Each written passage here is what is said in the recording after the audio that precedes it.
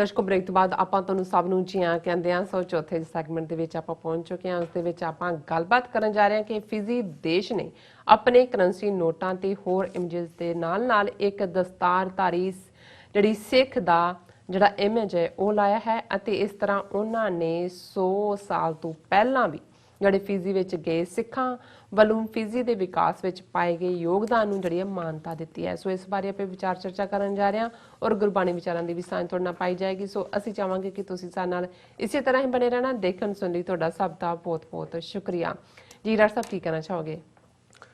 ਦੇਖੋ, ਇੱਕ ਪਾਸੇ ਭਾਰਤ ਦੇ ਵਿੱਚ ਸਿੱਖਾਂ ਦੀ ਕੀ ਦੁਰਦਸ਼ਾ ਹੈ ਔਰ ਖਾਸ ਤੌਰ ਤੇ ਪੰਜਾਬ 'ਚ ਅਸੀਂ ਕਿਸਾਨਾਂ ਦੇ ਹਵਾਲੇ ਨਾਲ ਰੋਜ਼ਾਨਾ ਇੱਕ ਸੈਗਮੈਂਟ ਕਰਦੇ ਹਾਂ। ਅੱਜ ਵੀ ਅਸੀਂ ਉਸ ਦਰਦ ਨੂੰ ਬਿਆਨੇ ਹਾਂ ਕਿ ਇੱਕ ਪਾਸੇ ਲੱਖਾਂ ਕਿਸਾਨ ਬਾਹਰ ਨੇ ਔਰ ਮੋਦੀ 12 ਮਿੰਟ ਐਡਰੈਸ ਕਰਦਾ, ਇੱਕ ਲਾਈਨ ਵੀ ਉਹਦੇ 'ਚ ਮੈਂਸ਼ਨ ਨਹੀਂ ਹੁੰਦੀ ਔਰ ਪੰਜਾਬ ਦੇ ਸਿਆਸਤਦਾਨ ਵੀ ਜਿਹੜੇ ਨੇ ਉਹ ਥੀਏਟਰਿਕਸ ਕਰ ਰਹੇ ਨੇ, ਨੋਟੰਕੀ ਕਰ ਰਹੇ ਨੇ ਇਹ ਦੱਸਣ ਦੇ ਲਈ ਕਿ ਅਸੀਂ ਨਾਲ ਖਲੋਤੇ ਹਾਂ, ਪਰ ਸਾਰੇ ਹੀ ਜਿਹੜੀ ਹੈ ਉਹ ਸੂਬੇਦਾਰੀ ਦੇ ਤਲਬਗਾਰ ਨੇ, ਇਸ ਤੋਂ ਬਿਯੋਂਡ ਕੁਛ ਨਹੀਂ। ਦੂਸਰੇ ਪਾਸੇ ਅਸੀਂ ਡਾਇਸਪੋਰਾ 'ਚ ਜਿਹੜੀਆਂ ਸਿੱਖਾਂ ਦੀਆਂ ਪ੍ਰਾਪਤੀਆਂ ਨੇ, ਬਹੁਤ ਵਾਰ ਕੈਨੇਡਾ ਦੇ ਵਿੱਚ ਜਾਂ ਇੰਗਲੈਂਡ ਦੇ ਵਿੱਚ, ਅਮਰੀਕਾ ਦੇ ਹਵਾਲੇ ਨਾਲ ਜਾਂ ਕਿਸੇ ਹੱਦ ਤੱਕ ਆਸਟ੍ਰੇਲੀਆ ਦੇ ਹਵਾਲੇ ਨਾਲ ਵੀ ਗੱਲ ਹੁੰਦੀ ਹੈ, ਲੇਕਿਨ ਸਿੱਖਾਂ ਨੇ ਕਿੱਥੇ ਕਿੱਥੇ ਜਾ ਕੇ ਕਿਵੇਂ ਨਾਮਨਾ ਖੱਟਿਆ, ਕਿਹਨਾਂ ਹਾਲਾਤਾਂ 'ਚ ਉਹਨਾਂ ਦੀਆਂ ਪਹਿਲੀਆਂ ਜਨਰੇਸ਼ਨਸ, ਹੁਣ ਜਿਵੇਂ ਫਿਜੀ ਹੈ, ਫਿਜੀ ਦੀ ਗੱਲ ਕਰਦੇ ਹਾਂ ਅਸੀਂ,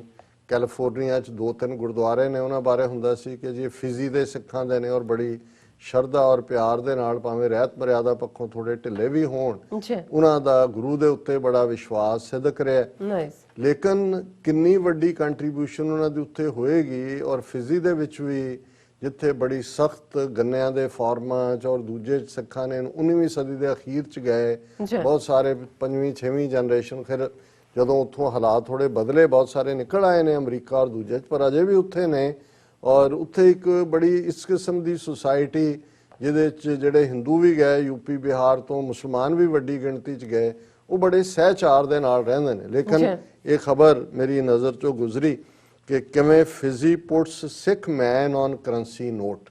ਉਹਨਾਂ ਨੇ ਜਿਹੜਾ ਆਪਣਾ $2 ਦਾ ਕਰੰਸੀ ਨੋਟ ਬਣਾਇਆ, the government of Fiji issued a $2 currency note where a picture of a Sikh man can be seen.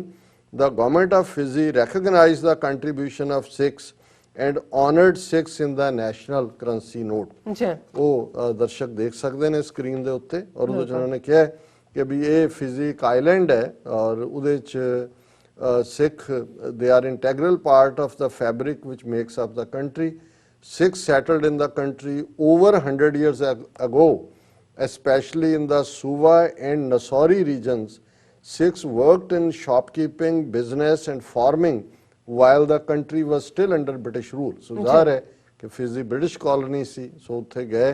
The Sikhs got along well with locals due to their personality and looks, which enabled them to easily be part of the community. The sheer physical strength and hard work ethic, ਕਿ ਦੇਖਣ ਵੱਲੋਂ ਸਖਤ ਜਾਨ, ਮਿਹਨਤੀ, ਹਰ ਇੱਕ ਦੇ ਨਾਲ heel ਮੇਲ, ਸੋ ਸਿੱਖਾਂ ਨੇ ਆਪਣੀ ਪਛਾਣ ਬਣਾਈ ਔਰ Sikhs in the Fiji island have established them very well and they contributed a lot to the progress of Fiji island. Sikhs in Fiji has found the Khalsa primary school. ਤੁਸੀਂ ਦੇਖੋ, ਇਮੈਜਿਨ ਕਰੋ ਇੱਕ ਆਈਲੈਂਡ 'ਚ ਬੈਠੇ ਹੈ, ਉੱਥੇ Khalsa primary school and Khalsa college ਵੀ ਬਣਾਇਆ, and they are there in the Fiji's Iceland's parliament ਦੇ ਮੈਂਬਰ ਬਣੇ ਹੋਏ ਨੇ, and running their own businesses. Sikhs have created many famous gurdwara in Fiji island. Tagi Sikh Gurdwara, Suva Sambola Sikh Gurdwara, Lotoka Sikh Gurdwara, Labasa Sikh Gurdwara. 4 ਗੁਰਦੁਆਰੇ ਵੱਡੇ, Khalsa school, Khalsa college, ਔਰ ਇਸ ਸਾਰੇ ਚੋਂ Sikh community has given a lot to Fiji Islands and their contribution towards the betterment of Fiji Island has been commendable. Many Sikhs have made valuable contribution to the economy of this country and they still receive a distinct appreciation all over the world. So मैं ਜਦੋਂ ਕੋਈ ਇਸ ਕਿਸਮ ਦੀ ਖਬਰ ਦੇਖਦਾ ਹਾਂ, ਬੇਸ਼ੱਕ ਭਾਰਤ ਦੇ ਹਵਾਲੇ ਨਾਲ ਜੋ ਚੱਲ ਰਿਹਾ ਹੈ ਉਹ ਉਦਾਸੀ ਵਾਲਾ ਵੀ ਹੁੰਦਾ ਹੈ, ਲੇਕਿਨ ਇਹ ਜਿਹੜਾ ਇਹ ਮਾਣ ਵੀ ਹੈ ਕਿ ਕਿਵੇਂ ਦੁਨੀਆ ਦੇ ਵਿੱਚ ਹਰ ਥਾਂ ਸਿੱਖਾਂ ਨੇ ਆਪਣੇ ਲਈ ਥਾਂ ਬਣਾਈ ਹੈ। ਬਿਲਕੁਲ। ਔਰ ਅਖੀਰ ਦੇ ਵਿੱਚ ਜਿਵੇਂ ਅਸੀਂ ਰੋਜ਼ਾਨਾ ਕਬੀਰ ਸਾਹਿਬ ਦੇ ਸ਼ਲੋਕਾਂ ਦੀ ਵਿਚਾਰ ਕਰਦੇ ਹਾਂ, ਜੀ ਪਿਛਲੇ 2 ਦਿਨ ਤੋਂ ਨਹੀਂ ਸੀ ਕਰ ਸਕੇ। ਕੱਲ ਗੁਰੂ ਗ੍ਰੰਥ ਸਾਹਿਬ ਗੁਰਗੱਦੀ ਦਿਵਸ ਸੀ, ਉਸ ਤੋਂ ਇੱਕ ਦਿਨ ਪਹਿਲਾਂ ਅਸੀਂ ਇਹ ਸਮੁੱਚਾ ਪ੍ਰੋਗਰਾਮ ਜਿਹੜਾ ਜੋ ਪਾਕਿਸਤਾਨ ਦੇ ਗੁਰਦੁਆਰਿਆਂ ਦੇ ਵਿੱਚ ਪਾਕਿਸਤਾਨ ਵੈਕਿਊਜ਼ ਟਰਸਟ ਬੋਰਡ ਔਰ ਉਹਨਾਂ ਵੱਲੋਂ ਜੋ ਚੱਲ ਰਿਹਾ ਹੈ ਉਸ ਨੂੰ ਜਿਹੜਾ ਸਮਰਪਿਤ ਕੀਤਾ ਸੀ। ਔਰ ਇਸ ਦੇ ਨਾਲ ਹੀ ਅਸੀਂ ਇਹ ਵੀ ਦੱਸ ਦਈਏ ਕਿ ਪਾਕਿਸਤਾਨ ਦੇ ਵਿੱਚ ਗੁਰੂ ਨਾਨਕ ਸਾਹਿਬ ਦਾ 551ਵਾਂ ਪ੍ਰਕਾਸ਼ ਪੁਰਬ ਜਿਹੜਾ ਨਵੰਬਰ ਦੇ ਅਖੀਰ 'ਚ ਹੈ, ਉਸ ਦੇ ਲਈ ਵੀ ਤਿਆਰੀਆਂ ਚੱਲ ਰਹੀਆਂ ਨੇ। ਔਰ ਉਹਨਾਂ ਨੇ 3000 ਤੋਂ ਜ਼ਿਆਦਾ ਸਿੱਖ ਯਾਤਰੂਆਂ ਨੂੰ ਭਾਰਤ ਵੱਲੋਂ ਸੱਦਾ ਦਿੱਤਾ ਹੈ ਕਿ ਆ ਕੇ ਤੁਸੀਂ ਦਰਸ਼ਨ ਦੀਦਾਰ ਕਰੋ। ਹੁਣ ਦੇਖੋ ਕਿ ਕੋਵਿਡ-19 ਦੇ ਹਵਾਲੇ ਬਹਾਨੇ ਨਾਲ ਕਰਤਾਰਪੁਰ ਸਾਹਿਬ ਦਾ ਲਾਂਘਾ ਤਾਂ ਉਹ ਨਹੀਂ ਖੋਲ ਰਹੇ, ਪਰ ਇੱਥੇ ਵੀ ਉਹ ਰੁਕਾਵਟ ਖੜੀ ਕਰਦੇ ਨੇ। ਜਾਂ ਸ਼੍ਰੋਮਣੀ ਕਮੇਟੀ ਕਿੰਨਾ ਉਤਸ਼ਾਹ ਲੈਂਦੀ ਹੈ, ਪਰ ਅਸੀਂ ਇਹ ਸਮਝਦੇ ਹਾਂ ਕਿ ਵੀ ਇਹ ਇੱਕ ਬੜਾ ਅਹਿਮੀਅਤ ਵਾਲੀ ਗੱਲ ਹੈ ਕਿ ਪਾਕਿਸਤਾਨ ਸਿੱਖ ਗੁਰਦੁਆਰਾ ਪ੍ਰਬੰਧਕ ਕਮੇਟੀ ਔਰ ਉਹਨਾਂ ਦਾ ਵੈਕਿਊਜ਼ ਟਰਸਟ ਪ੍ਰਾਪਰਟੀ ਬੋਰਡ ਗੁਰਦੁਆਰਿਆਂ ਦੀ ਸੇਵਾ ਸੰਭਾਲ ਔਰ ਨਵੇਂ ਰੈਨੋਵੇਸ਼ਨ, ਉਹਨਾਂ ਨੇ ਕਿਹਾ ਜੀ ਅਸੀਂ ਜਿਹੜੀ ਹੈ ਨਵੇਂ ਨਹੀਂ ਬਣਾ ਰਹੇ, ਉਹਨੂੰ ਅਸੀਂ ਰੀਸਟੋਰ ਕਰ ਰਹੇ ਹਾਂ ਉਸੇ ਹੀ ਅੰਦਾਜ਼ ਦੇ ਵਿੱਚ। ਸੋ ਉਹਨਾਂ ਦਾ ਸ਼ੁਕਰੀਆ। ਸੋ ਇਹ 2 ਸ਼ਲੋਕ ਨੇ 53 ਔਰ 54 ਨੰਬਰ। ਕਬੀਰ ਹਰਨਾ ਦੂਬਲਾ ਇਹੋ ਹਰਿਆਰਾ ਤਾਲ, ਲੱਖ ਅਹੋਰੀ ਏਕ ਜਿਉ ਕੀਤਾ ਬੰਚੋ ਕਾਲ।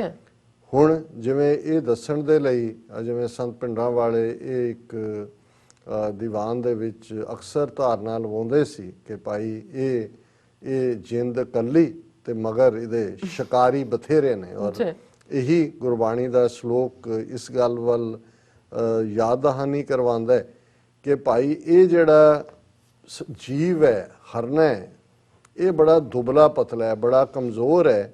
ਔਰ ਇਹ ਜਿਹੜਾ ਮਾਇਆ ਦਾ ਜਾਲ ਹੈ, ਮਾਇਆ ਦਾ ਇੱਕ ਛੱਪੜ ਹੈ, ਇਹਦੇ ਵਿੱਚ ਬਹੁਤ ਸਾਰੀਆਂ ਤਰੰਗਾਂ ਵਿਕਾਰਾਂ ਦੀਆਂ, ਮਨ ਦੇ ਵਿੱਚ ਟੈਂਪਟੇਸ਼ਨਸ, ਕਾਮ ਕ੍ਰੋਧ ਲੋਭ ਮੋਹ ਹੰਕਾਰ, ਇਹ ਸਾਰਾ ਜਿਹੜਾ ਹੈ ਮਾਇਆ ਭੋਗਾਂ ਦੀ ਹਰਿਆਵਲ ਹੈ। ਇਹ ਸਾਰੇ ਅੰਦਰ ਇਸ ਤਾਲ ਦੇ ਅੰਦਰ ਹਰਿਆਵਲ ਹੈ।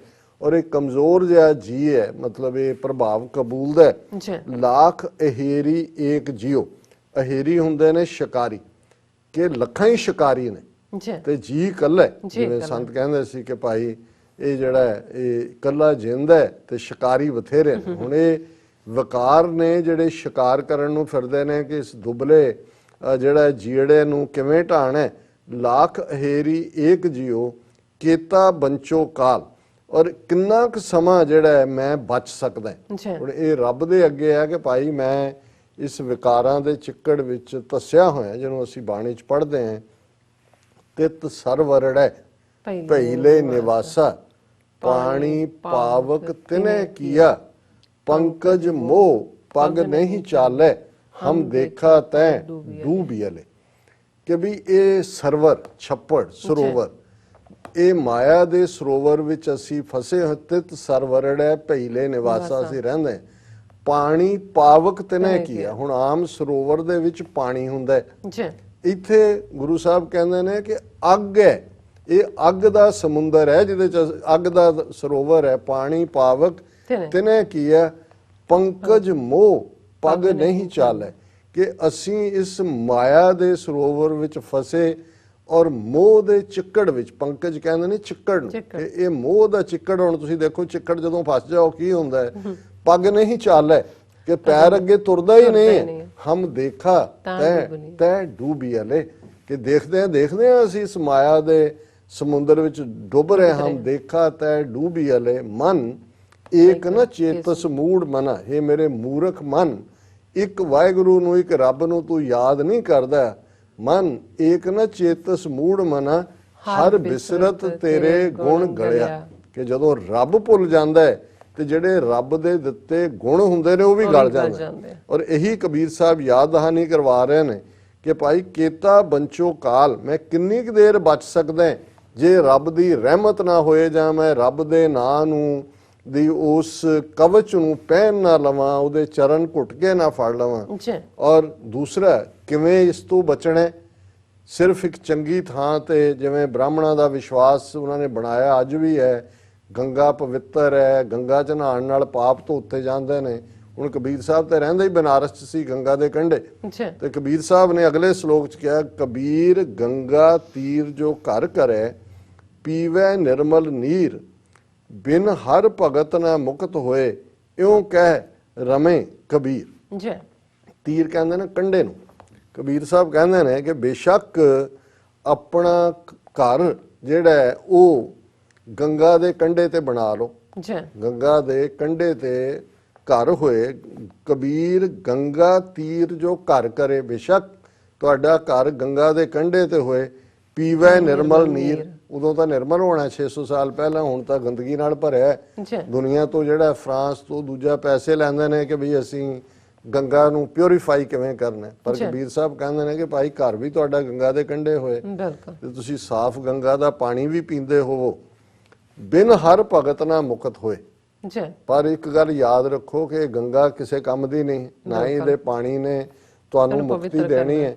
ਜੇ ਤੁਸੀਂ ਰੱਬ ਦੀ ਕੁਰਬਤ 'ਚ ਨਹੀਂ ਹੋ, ਰੱਬ ਦੀ ਬੰਦਗੀ 'ਚ ਨਹੀਂ ਹੋ, ਰੱਬ ਦੀ ਇਬਾਦਤ 'ਚ ਨਹੀਂ ਹੋ। ਔਰ ਇਹ ਗੱਲ ਬਹੁਤ ਸਾਰੀਆਂ ਥਾਵਾਂ ਤੇ, ਜਿਵੇਂ ਕਰਤਾਰਪੁਰ ਸਾਹਿਬ ਜਿਹੜਾ ਇੱਕ ਕਸਬਾ ਜਲੰਧਰ ਦੇ ਨੇੜੇ ਹੈ, ਉੱਥੇ ਇੱਕ ਗੁਰਦੁਆਰਾ ਹੈ ਜਿਹਦਾ ਨਾਮ ਹੈ ਗੰਗਸਰ। ਔਰ ਮੈਨੂੰ ਐਗਜ਼ੈਕਟ ਤਾਂ ਸ਼ਾਇਦ ਉਹਦਾ ਹਿਸਟਰੀ ਯਾਦ ਨਾ ਹੋਏ, ਪਰ ਜਿਹੜਾ ਮੇਰੀ ਯਾਦਾਂ 'ਚ ਪਿਆ ਉਹ ਇਹੀ ਹੈ ਕਿ ਭਾਈ ਜਿਹੜਾ ਇੱਕ ਕਿਉਂਕਿ ਉਹ ਇੱਕ ਪੀਰੀਅਡ ਇਵੋਲਵ ਹੋਣ ਦਾ ਸੀ। ਕੁਝ ਲੋਕ ਜਿਹੜੇ ਗੁਰੂ ਸਾਹਿਬਾਨ ਦੇ ਨਾਲ ਸਿੱਖੀ ਰਾਹ ਦੇ ਉੱਤੇ ਵੀ ਸੀ, ਪਰ ਕਿਤੇ ਨਾ ਕਿਤੇ ਉਹਨਾਂ ਦੇ ਅੰਦਰ ਜਿਹੜੀ ਉਹ ਸਦੀਆਂ ਤੋਂ ਬ੍ਰਾਹਮਣਾਂ ਦੀਆਂ ਕਹਾਣੀਆਂ ਸੀ ਕਿ ਗੰਗਾ ਜਮਨਾ ਬੜੀਆਂ ਪਵਿੱਤਰ ਨਦੀਆਂ, ਉਹ ਗੰਗਾ ਦੇ ਇਸ਼ਨਾਨ ਲਈ ਵੀ ਜਾਂਦੇ ਸੀ। ਬਹੁਤ ਸਾਰੇ ਆਪਣੇ ਜਿਹੜੇ ਮਰ ਜਾਂਦੇ ਸੀ ਉਹਨਾਂ ਦੀਆਂ ਹੱਡੀਆਂ ਵੀ ਗੰਗਾ 'ਚ ਪਾਣ ਜਾਂਦੇ ਸੀ।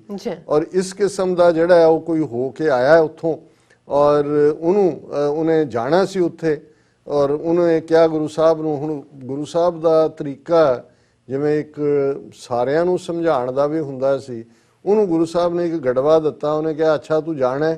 ਉਹ ਜ਼ਿੱਦ ਤੇ ਸੀ ਜੀ, ਨਹੀਂ ਨਹੀਂ ਇਹ ਸਾਡੇ ਪੁਰਖਿਆਂ ਨੇ ਕਿਹਾ ਹੋਇਆ, ਗੰਗਾ ਪਵਿੱਤਰ ਆ। ਉਹਨਾਂ ਨੇ ਕਿਹਾ ਜੀ ਚੰਗਾ ਫਿਰ ਆ ਗੜਵਾ ਵੀ ਲੈ ਜਾ ਤੇ ਇਹ 'ਚ ਗੰਗਾ ਦਾ ਪਾਣੀ ਭਰ ਲਿਆ ਸਾਡੇ ਲਈ ਵੀ, ਤੂੰ ਹੁਣ ਚੱਲਿਆ ਪਵਿੱਤਰ ਲਈ। ਔਰ ਐਜ਼ ਜਿਵੇਂ ਸਾਖੀ ਪ੍ਰੋਸੀਡ ਹੁੰਦੀ ਹੈ ਕਿ ਉਹ ਜਦੋਂ ਉਹਨੂੰ ਭਰਨ ਲੱਗਾ ਤੇ ਉਹ ਰੁੜ ਗਿਆ ਉਹਦੇ ਦਰਿਆ 'ਚ। ਉਹ ਜਦੋਂ ਤੱਕ ਵਾਪਸ ਆਇਆ, ਕੋਈ ਸਾਲ 2 ਸਾਲ ਲੱਗ ਜਾਂਦੇ ਸੀ, ਉਦੋਂ ਪੈਦਲ ਹੀ ਲੋਕ ਜਾਂਦੇ ਸੀ। ਆਇਆ ਔਰ ਬੜਾ ਨਿੰਮੋ ਝੂਣਾ ਹੋਇਆ ਕਿ ਜੀ ਮਹਾਰਾਜ ਮੈਂ ਤਾਂ ਇੱਕ ਬੜਾ ਜਿਹੜਾ ਇਹ ਮੇਰੇ ਤੋਂ ਗੁਨਾਹ ਹੋ ਗਿਆ, ਉਹ ਰੁੜ ਗਿਆ। ਗੁਰੂ ਸਾਹਿਬ ਕਹਿੰਦੇ ਕੋਈ ਨਹੀਂ, ਆ ਖੂਹ 'ਚ ਜ਼ਰਾ ਦੇਖ। ਔਰ ਉਹਨੇ ਦੇਖਿਆ ਤੇ ਉਹਦੇ ਚੋਂ ਉਹੀ ਨਿਕਲ ਆਂਦਾ।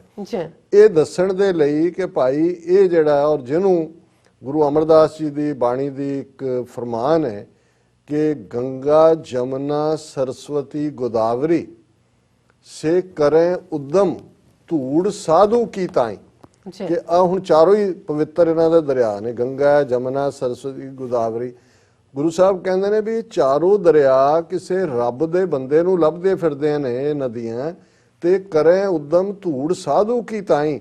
ਕਿ ਬਈ ਲੋਕ ਤਾਂ ਆਪਣੇ ਪਾਪਾਂ ਦਾ ਗੰਦ ਆ ਕੇ ਸਾਡੇ 'ਚ ਖਿਲਾਰ ਜਾਂਦੇ ਨੇ, ਅਸੀਂ ਸਫਾਈ ਕਿੱਥੋਂ ਕਰੀਏ? ਕਿ ਭਾਈ ਹਮਰੀ ਧੂੜ ਹਮਰੀ, ਇਹ ਜਿਹੜਾ ਸਾਡਾ ਸਾਰਾ ਹੈ, ਸਾਧੂ ਕੀ ਧੂੜ ਗਵਾਈ। ਇਹ ਅਗਲੀ ਪੂਰੀ ਤੁਕ ਹੈ ਕਿ ਭਾਈ ਜਿਹੜੇ ਸਾਡੇ ਪਾਪ ਅਸੀਂ ਤਾਂ ਲੱਭਦੇ ਫਿਰਦੇ ਆਂ ਕਿ ਕੋਈ ਰੱਬ ਦਾ ਪਿਆਰਾ ਬੰਦਾ ਮਿਲੇ ਜਿਹਦੇ ਪੈਰਾਂ ਦੇ ਨਾਲ ਛੂ ਕੇ ਅਸੀਂ ਆਪਣੀ ਜਿਹੜੇ ਇਹ ਗੰਦਗੀ ਹੈ ਇਸ ਨੂੰ ਅਸੀਂ ਸਾਫ਼ ਕਰੀਏ।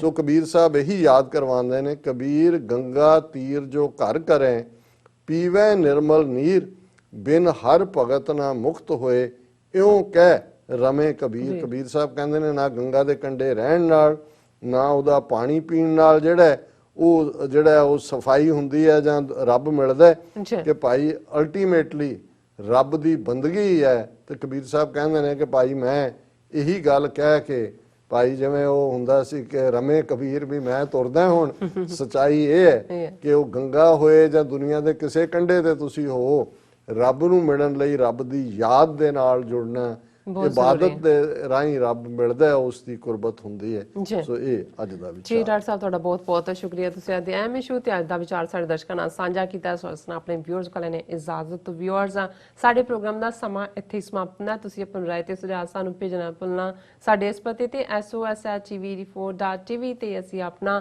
ਪ੍ਰੋਗਰਾਮ ਲੈ ਕੇ ਫਿਰ ਦੁਬਾਰਾ ਤੁਹਾਡੇ ਸਨਮੁਖ ਹੋਵਾਂਗੇ। ਤਦ ਤੱਕ ਲਈ ਮੈਨੂੰ ਤੇ ਆਪਣਾ ਸੁਣਾ ਗਿਆ ਦੋ ਦੇਖਦੇ ਰਹੋ TV4। ਬੁਲਾ ਦਿਓ ਫਤਿਹ।